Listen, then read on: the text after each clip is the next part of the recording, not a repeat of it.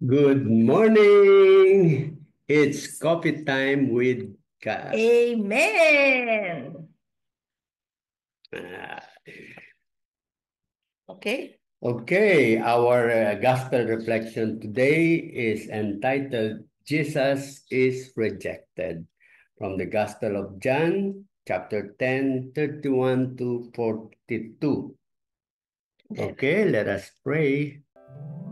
Come, Holy Spirit, I need you.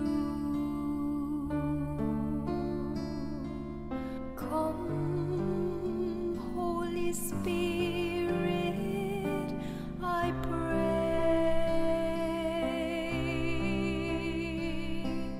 Come with your strength and your power. Come in your own special way. Come like a spring in the desert. Come to the weary of soul.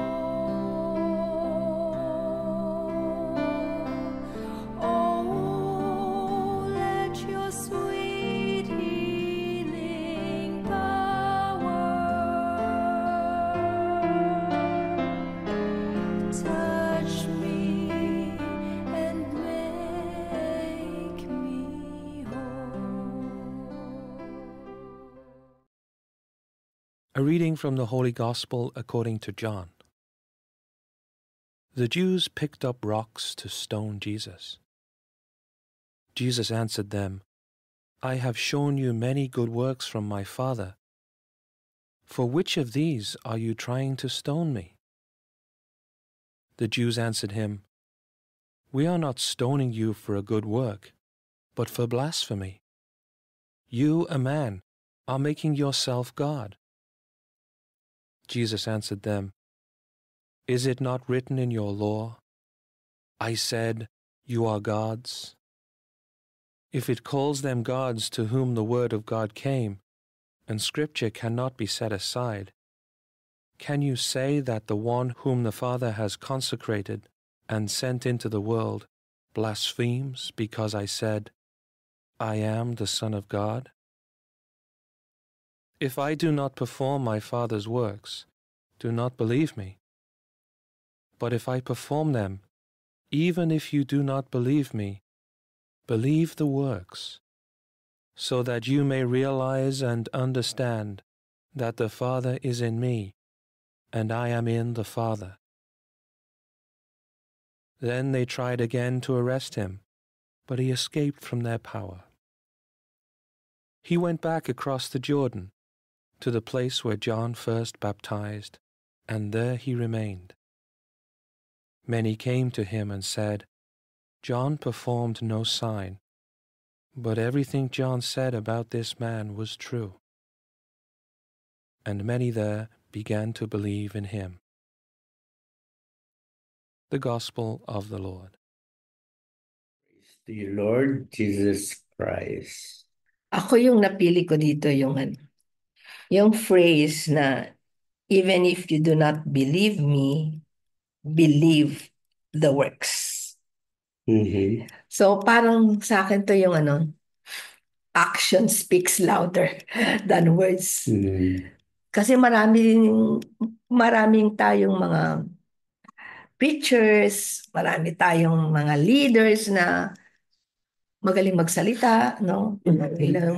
Magandang speaker, ganyan. Pero ginagawa ba niya yung sinasabi niya?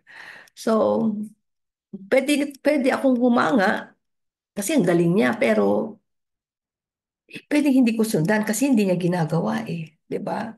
So, parang dito kay God, eto na naman, no? Kasi syempre palapit tayo ng palapit sa Lenten season, ano?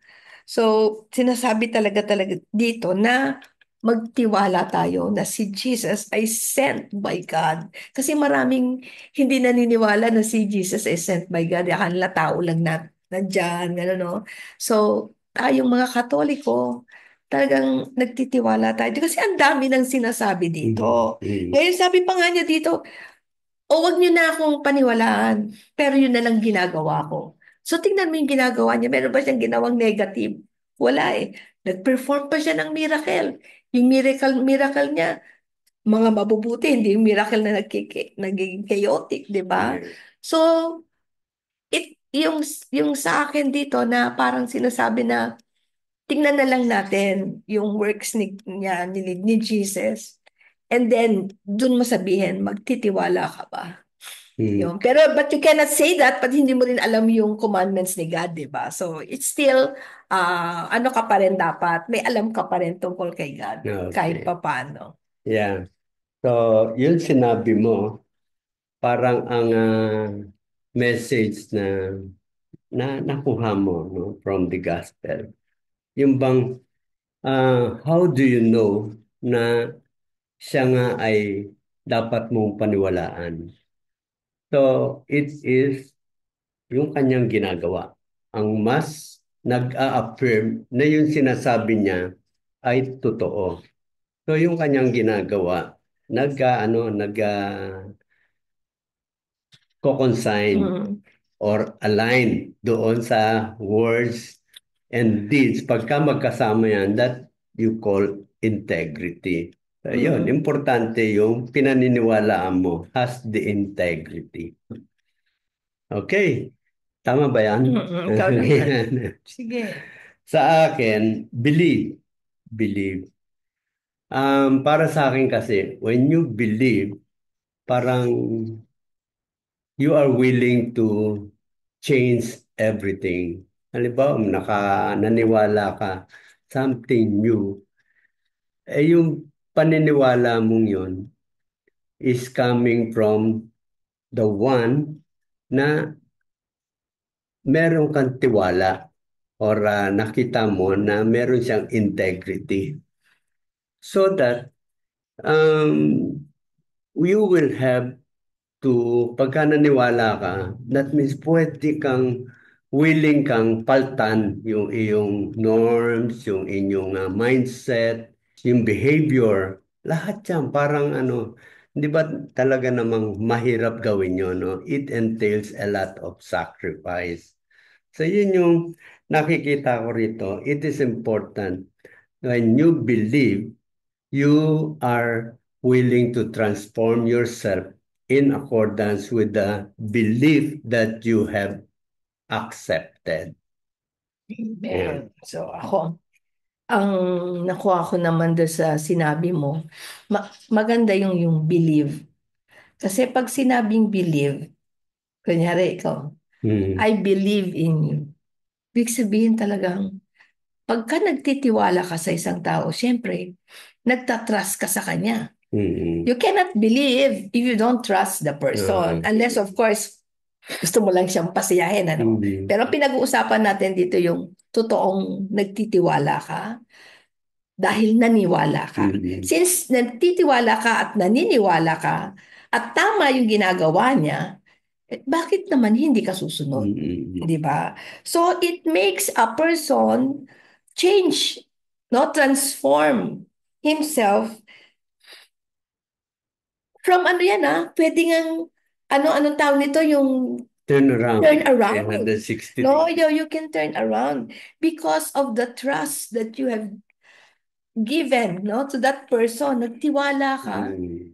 and then you believe, no, that God, no, kung lalo na spiritual yung pinag-uusapan natin, na God gave him that yung kanyang kakayanan Mm. para ipakita sa atin. Mm. So, ang ganda nun kasi yun ang kailangang magkaroon tayo, yung belief na yun.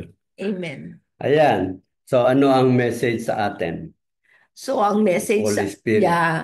so, ang message sa atin yun nga, na unang-una, magkaroon tayo ng trust kay God. Ah, But you have to believe. believe. Okay. Maniwala ka. Pero kasi you cannot believe, you don't have the trust, Mm. di ba? Mm. And then, paano yun mahirap? Hindi mahirap kung nag-e-effort tayo Mm. to know that person. Binigyan na nga tayo ng Bible. Paulit-ulit naman, Sister Malu, paulit-ulit ka naman. Yes, paulit-ulit. Kasi yung Bible, nandiyan na sa harap natin, hindi naman natin binabasa. Kaya natin, inuulit-ulit kasi madali din tayong makalimot. Yan, kaya meron tayong reflection. So, now that we have the effort to read and read, no? Tapos nakikinig tayo sa kung kani-kaninong mga versions, ganyan. Makukuha na natin yung trust kasi naniwala na tayo kay God. And then, by God's grace, at alam ni Lord na gusto mong maging follower niya, bibigyan tayo ni God ngayon ng grace to follow what we believe. Yan. Ang message sa atin ng Holy Spirit para sa akin, yung bang, have you tried to prove na yung ating pinaniniwalaan, yung ating sinusundan at ang ating Diyos sinasabi, talaga bang kapanipaniwala? Ayan. Importante yun kasi we are now, sa ngayon, tingnan mo sinusundan natin ang ating Panginoong Jesus kasi alam natin that He has been sent at saka yung kanyang ginagawa ay very, very consistent. From the time na isinulat yung mga gospel na yan, yung kanyang mga principle, yung kanyang ginagawa are very, very consistent. Kaya nga, importante sa atin yon kasi parang ibinigay na natin lahat ng buhay natin. We are willing to sacrifice, to change our mindset, our lives, our behavior, our norms, because we believe in Jesus Christ. Diba? So ngayon, ano pa ang kailangan natin para masustain at lalong lumalim yung ating paniniwala sa Kanya? So we believe that Jesus has established sacraments so that yung mga graces mag-flow sa atin through the sacraments. Halimbawa, yung ating sacraments sa Eucharistic sacraments, reconciliation, di ba? Pito yan. Lahat yan ay binibigay ng ating Panginoon para tayo ay makayanan natin yung transformation na kailangan natin gawin so that we will continue to believe in our God, Lord Jesus. Yan. So ngayon, tinan mo yung ginagawa natin ngayon, gospel reflection. Wala pa ako nakitang pinagdudahan ko na yung mga kanyang itinuturo. So everything consistent, lalo na yung sinabi niya, what are the two greatest commandments? Love the Lord your God with all your heart, everything, with all your strength. And then love your neighbor as yourself. Wala talagang nagkakaroon ng parang contradiction. At yung kanyang ginawa noon, nakikita natin everything has been consistent. Kaya ngayon, ayan, talagang malalim na yung ano. We are willing to sacrifice para po masundan namin yung ginagawa at misyon ng ating Panginoong Jesus. Amen. May pahabol ako. Parang PS lang, Yeah. PS. Tungkol dito. Parang something to reflect din. Nabasa natin to, no? Napakinggan ninyo. Ano ang gusto natin? Tayo ba yung naniwala at sumunod kay God dahil napakinggan natin siya? Dito tayo ba yon? O tayo yung nakinig at kahit sinabi na ni God na siya ang totoo, binato pa rin natin siya. Hindi tayo maniwala. Dahil meron na tayong unang pinapaniwalaan, ayaw natin siyang paniwalaan. So, sino tayo doon ngayon? Yeah. Ayan. Okay, good. Amen. Thank you. So, see you on Monday. God bless.